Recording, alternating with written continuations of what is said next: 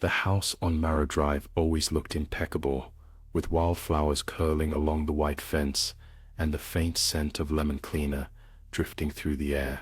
No one suspected Judith, the woman with the brightest smile on the block, and a devotion to her family, her hydration, and her book club.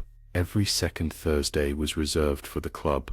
7 women would arrive with layered dips and chilled wine, laughing about their husbands and the newest novel they'd barely read, except Judith read ahead, always, her eyes darting beyond the page margins. It was in those margins that the stalker appeared, a spectral name scribbled between the sentences, always watching. Eddie's eyes. One evening, over 3-tiered lemon cakes, the book club found the latest literary twist, a bit too chilling, as Judith described it. Imagine someone so obsessed, he follows you home, stands outside, peering in. The women giggled, brushing off Judith's trembling. Then she produced a letter, uneven typewritten lines, a new flourish, at the bottom.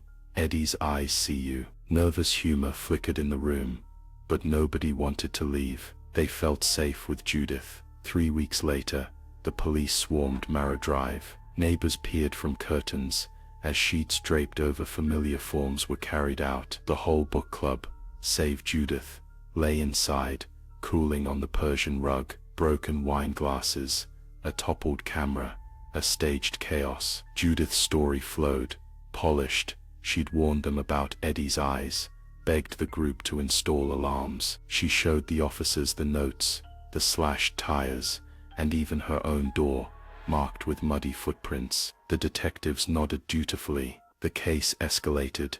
Local news screens flashed her desperate pleas, her wide eyes. She wept into the microphones, mentioning Eddie's last message, how he promised to return for her. At night, Judith sat in her silent, lemon-scented house, running fingers over typewritten paper scraps, still trembling, though not with fear. Alone, she whispered, "Eddie's eyes see you." Then she laughed sharply, a high sound that crashed against the silent walls. Outside, neighbors walked their dogs slightly faster. What Judith never noticed was the message between the margin shadows, the one that had not been typed. The final page pressed beneath her trembling hands bore deep indentations, a different script, something she did not write herself. In the hush before sleep, a whisper curled from the closet, the voice soft and giddy, promising, "I do see you, Judith, I do." She locked every door and window, heart thundering,